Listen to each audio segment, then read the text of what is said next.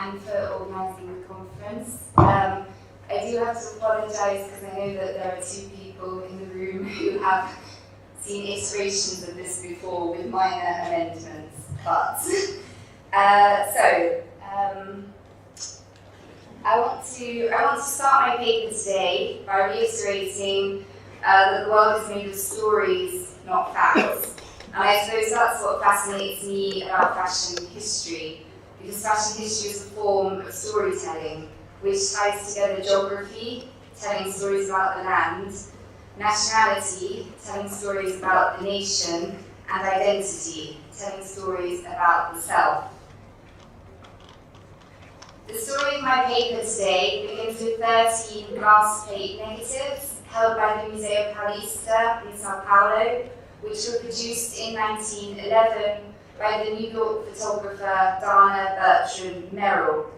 They depict anonymous, unskilled migrant male labourers who worked on the Madeira-Mamoré Railroad and who would have been responsible for culling the jungle, laying the tracks, building bridges, and maintaining the rights of way.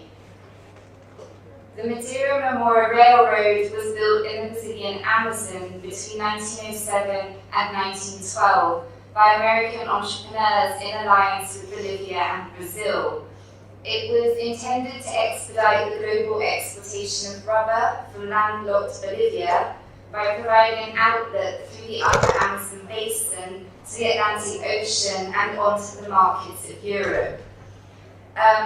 You can see this on the map, but just to say that the location of the railway is still 500 miles away from Manaus, which is perhaps the best known city within the Amazon. So we're talking very far western Brazil in the state of Acre that was formerly Bolivia. Such multinational contracts are not uncommon in the early decades of the 20th century, a period of increased Pan-Americanism as North America actively sought to expand its commercial, social, political, economic and military ties with South America. Yet the railroad became memorialized in the Brazilian media as the Devil's Railroad due to the shocking death toll of its exceptionally diverse workforce.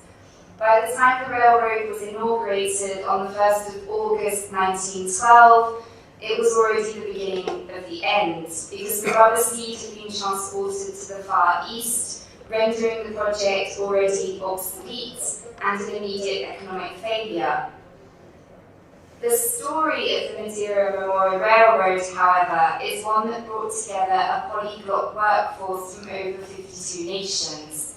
Migrant labourers from Britain, the United States, Germany, China, Greece, India, the Caribbean, Portugal, Spain, and Japan, as well as from northeastern Brazil, coalesced in this remote and inhospitable location, and hence reveal in microcosm the spatial networks of industrial modernity that witnessed over 3 million immigrants arrive in Brazil between 1884 and 1920.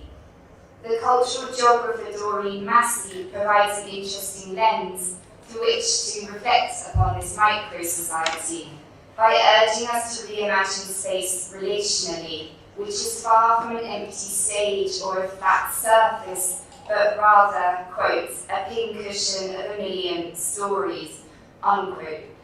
Her allusion to the dressmaker's quintessential tool resonates with her reconceptualization of space as a process.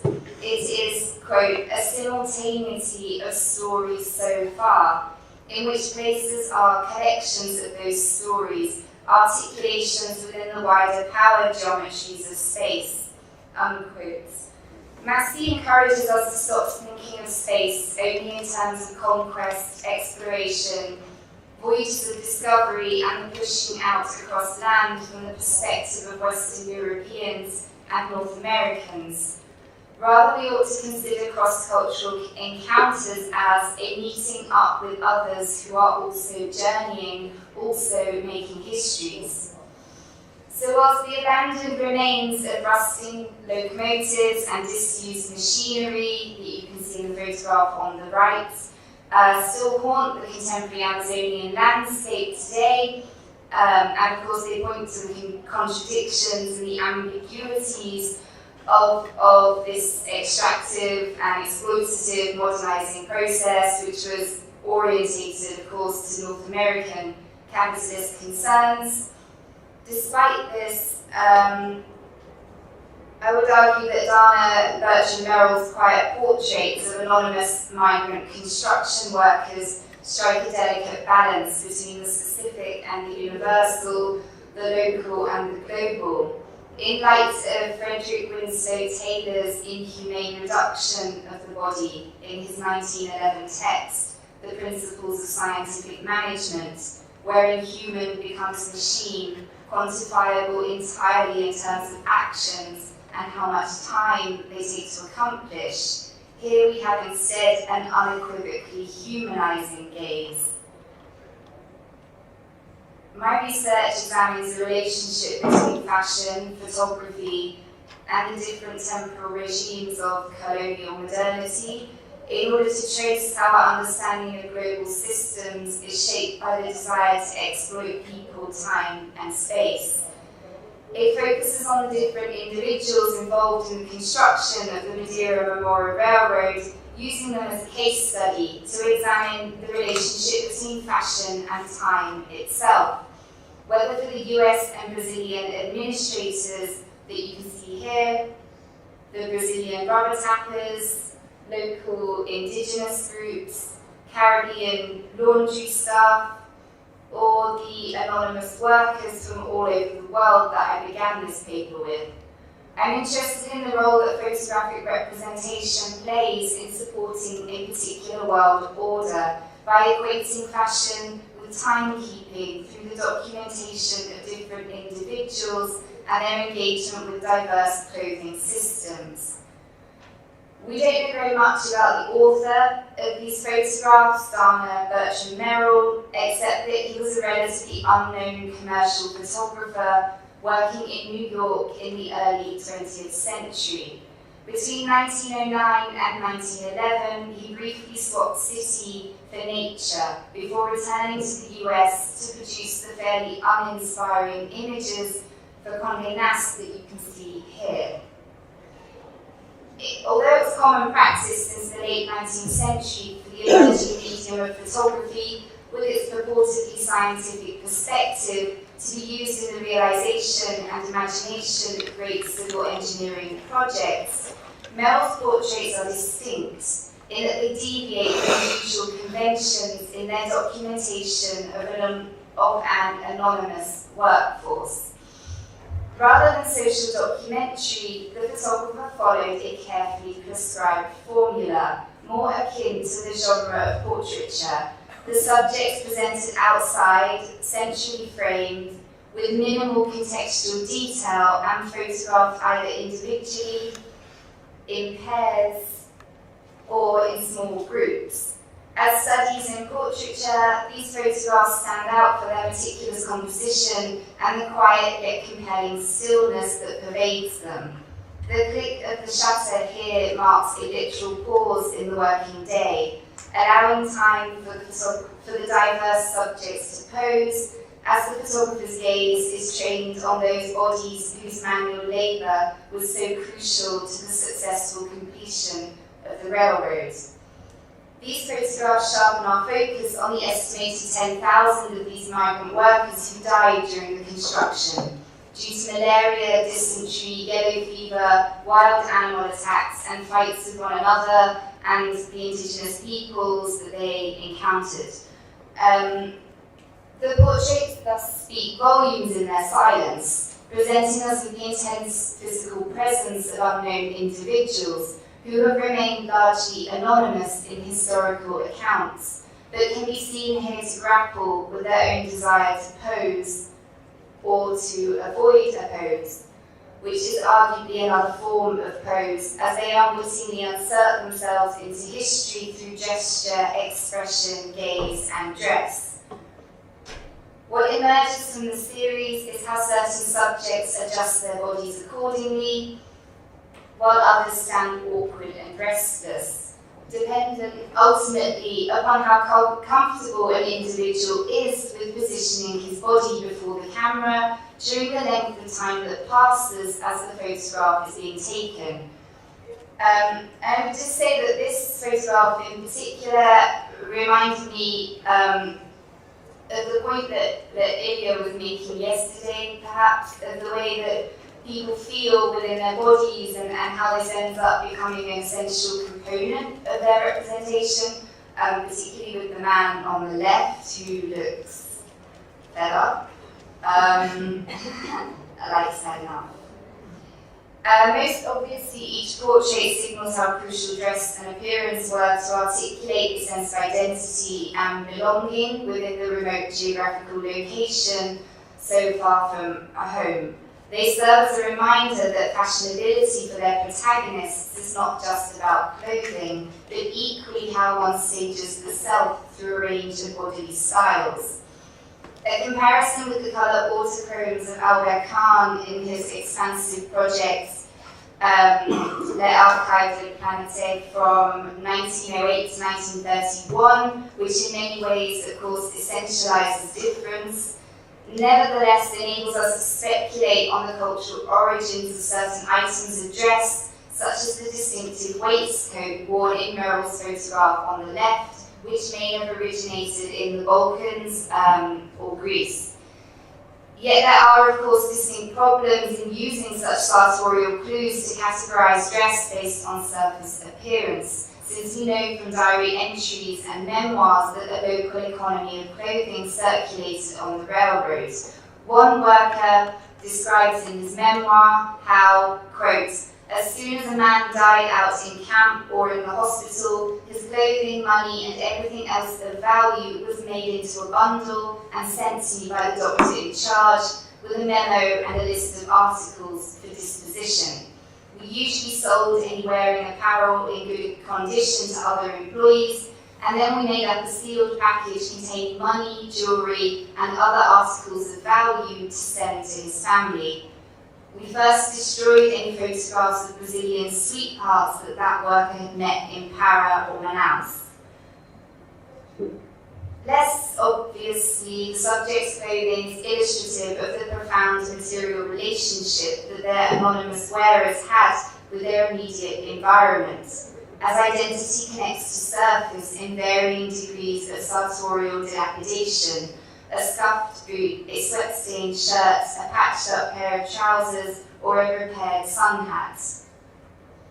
Given the lack of tangible sources of workwear and everyday dress in Brazilian and US collections, these glass plate negatives provide an important analytical tool for the fashion historian, who must continually locate new ways to explore fashion beyond the obvious. Photographs, as the visual anthropologist Sarah Pink articulates, quotes, have the capacity to bring the textures, memories, and the sensory surfaces that they evoke right up close to the reader, unquote.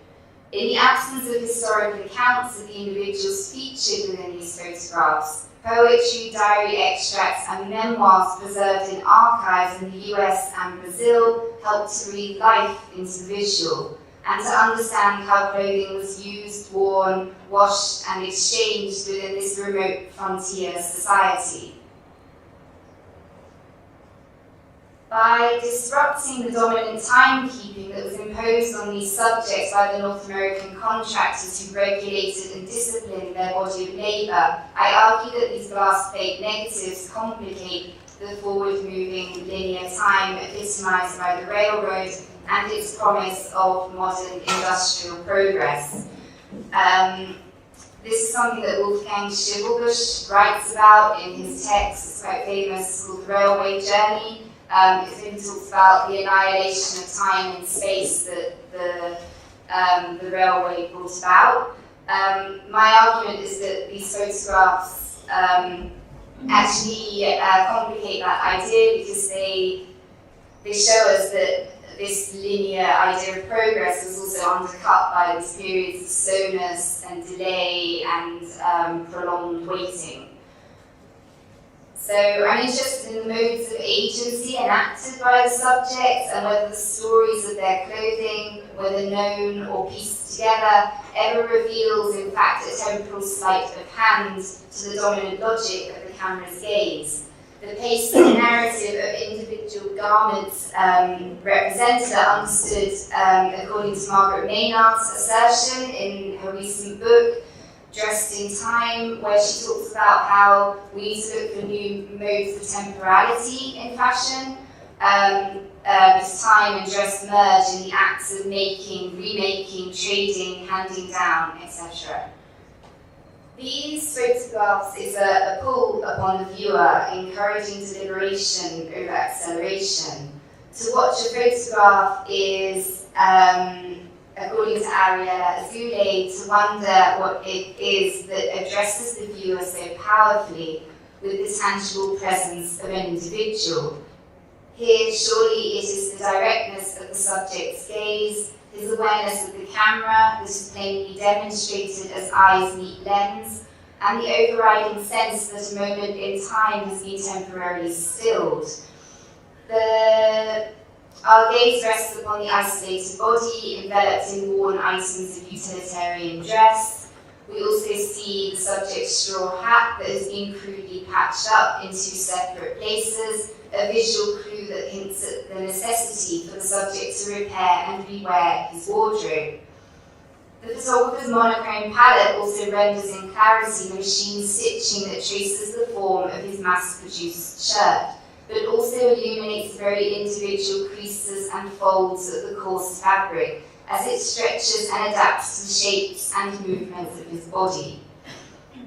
Such an evocative dramatization of fabric and figure acts as a conduit for the researcher to probe at the identity of the anonymous subject in lieu of biographical information.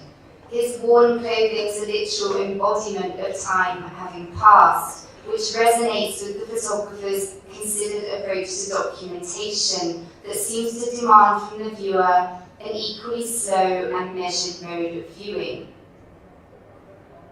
The materiality of old workwear takes on a performative function as a means of visual resistance to the regimented time regime of North American modernity and its valorization of speed, progress, and the new. It is in this respect that we can draw points of comparison with portraits of immigrant workers repairing their clothing, where the trousers on the left or boots on the right that were documented by the Italian photographer Vincenzo Pastore in Sao Paulo around the same time. Merrill's portraits present then an irony. Although slowing down modernity through the limitations of the camera technology, the bodies on display with their worn and weathered fashions that have adapted and changed in response to the hot and humid environments and the demanding nature of the job, in fact bear witness to the irreversible direction of time as it marches on.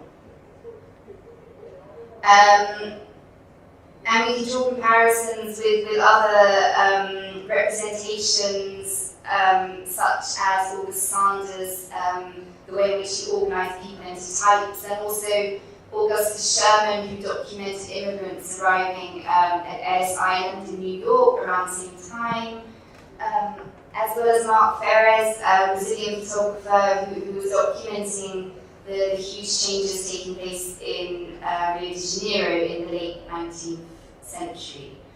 To conclude, however, I suppose that we need to consider the different experiences of time from the perspective of the viewer, who can linger over these seductive images, taking as much time as she likes, the photographer, who was reimbursed for his time and could wander freely, experimenting with different camera angles and the long exposure times of his camera, and finally the subjects, who were not remunerated for their time, but were in fact losing time, since these photographs are likely to have been taken on their break or at the end of a shift.